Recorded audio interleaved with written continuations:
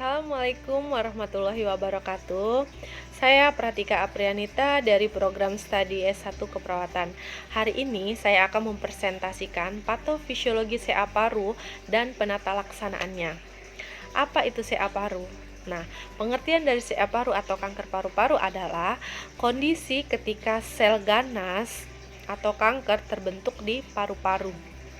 Kanker ini lebih banyak dialami oleh orang yang memiliki kebiasaan merokok dan kanker ini merupakan satu dari 3 jenis kanker paling banyak terjadi di Indonesia. Wow. Walaupun sering terjadi pada perokok, kanker paru-paru juga bisa terjadi pada orang yang bukan perokok, terutama pada orang yang sering terpapar zat kimia di lingkungan kerja ataupun terpapar pada asap rokok dari orang lain. Nah, bagaimana sih gejala dari faktor resiko CA paru tersebut? Nah, gejala kanker paru-paru semakin awal diketahui, keberhasilan pengobatan juga akan semakin tinggi. Namun sayangnya, kanker paru-paru sering tidak menimbulkan gejala pada tahap awal. Gejala baru akan muncul ketika tumor sudah cukup besar atau kanker telah menyebar ke jaringan organ sekitar. Sejumlah gejala yang dapat dirasakan penderita pada kanker paru-paru biasanya terjadi batuk kronis, batuk berdarah, penurunan berat badan yang drastis, nyeri dada dan tulang, serta disertai sesak. Nah, faktor risiko kanker paru-paru, penyebabnya kebiasaan merokok tadi merupakan penyebab utama dari kanker paru-paru. Sehingga sebagian besar penderita CA paru tadi adalah orang yang perokok aktif. Meskipun demikian, orang yang tidak merokok juga dapat terkena kanker paru-paru. Faktor lain yang dapat meningkatkan risiko terjadinya kanker paru-paru adalah misal memiliki anggota keluarga yang juga menderita kanker paru-paru, tinggal atau bekerja di lingkungan yang tercemar zat kimia berbahaya, dan sering terpapar polusi udara, serta pernah menjalani radioterapi. Patofisiologi dari CA paru. Nah, dari etiologi yang menyerang percabangan segmen atau subbronkus menyebabkan sila hilang dan desquamasi sehingga terjadi pengendapan karsinogen. Dengan adanya pengendapan karsinogen maka menyebabkan metaplasia, hiperplasia dan displasia. Bila lesi perifer yang disebabkan oleh metaplasia, hiperplasia dan displasia menembus ruangan pleura, bisa menimbulkan efluksi pleura dan bisa diikuti invasi langsung pada costa corpus vertebra. Lesi tidak terletaknya sentral berasal dari salah satu cabang bronkus yang terbesar. Lesi menyebabkan obstruksi dan ulserasi bronkus dengan mengikuti supurasi di bagian distal. Nah, gejala-gejala yang dapat muncul berupa misalnya batuk, hipopesia, dyspnea, demam, dingin, wheezing unilateral. Nah, wheezing unilateral itu bisa terdengar pada pemeriksaan akultasi. Pada stadium lanjut, penurunan berat badan biasanya juga menimbulkan adanya metastase. Nah, khususnya pada hati, ginjal, struktur-struktur yang terdapat seperti kelenjar limfa, dinding esofagus, serta otak dan tulang rangka. Nah, diagnosa keperawatan dan rencana keperawatannya bisa kita masukkan kerusakan pertukaran gas berhubungan dengan hipoventilasi. Nah, dengan kriteria hasil akan menunjukkan perbaikan ventilasi dari oksigenasi adekuat dengan GAD dalam rentang normal dan bebas gejala distres pernapasan.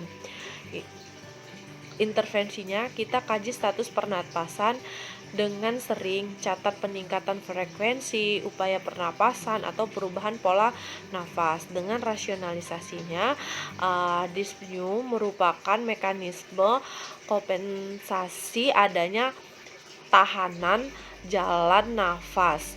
Kemudian kita catat ada atau tidak adanya bunyi tambahan nafas seperti kreols atau mengik.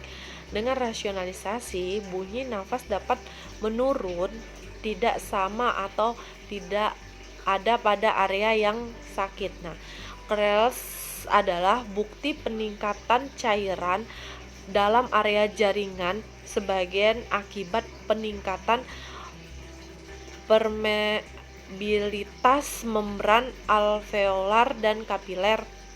Nah, mengik bukti adanya tahanan atau penyempitan jalan napas sehubungan dengan muskus atau edema serta tumor tersebut. Yang ketiga, kita kaji adanya sianosis. Nah, rasionalisasinya, penurunan oksigenasi bermakna terjadi sebelum sianosis. Nah, sianosis sentral dari organ hangat misalnya, contohnya seperti lidah, bibir, daun telinga, paling indikatif ya. Yang terakhir, kita lakukan kolaborasi pemberian oksigen lembab sesuai indikasi dengan merasionalisasikan memaksimal kesediaan oksigen untuk pertukaran. Terakhir, kita awasi atau gambaran seri DA. Nah, dengan rasionalnya menunjukkan ventilasi atau oksigenasi digunakan sebagai dasar evaluasi keefektifan terapi atau indikator kebutuhan perubahan terapi.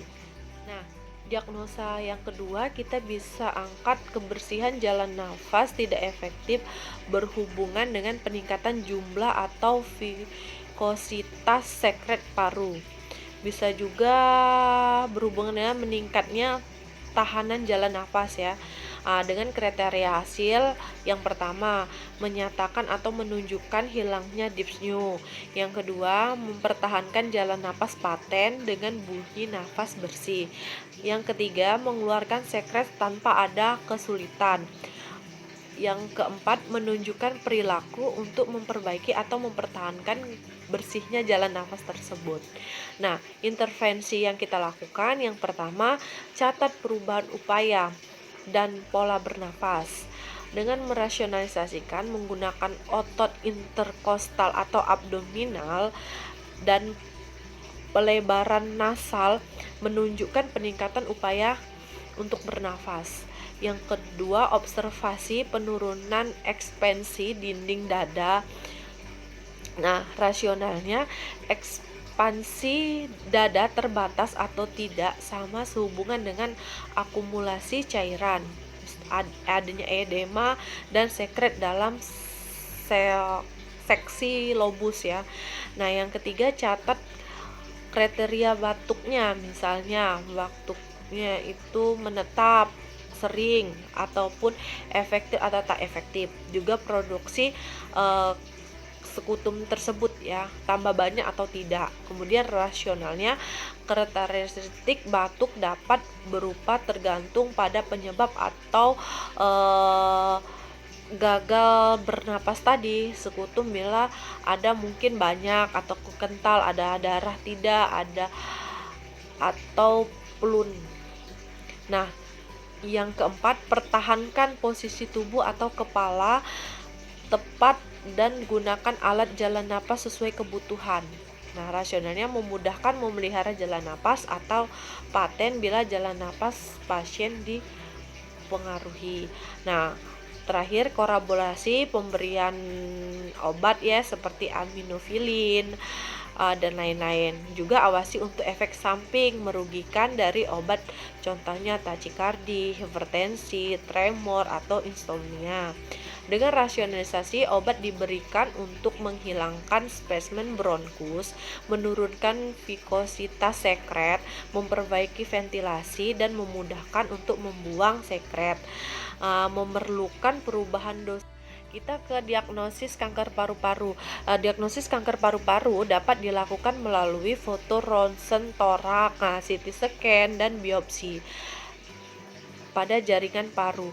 Dari ketiga pemeriksaan tersebut, biasanya dokter dapat menentukan jenis stadium kanker. Bila diperlukan, dokter paru dapat dilakukan biasanya PET scan untuk melihat penyebaran kanker di seluruh tubuh.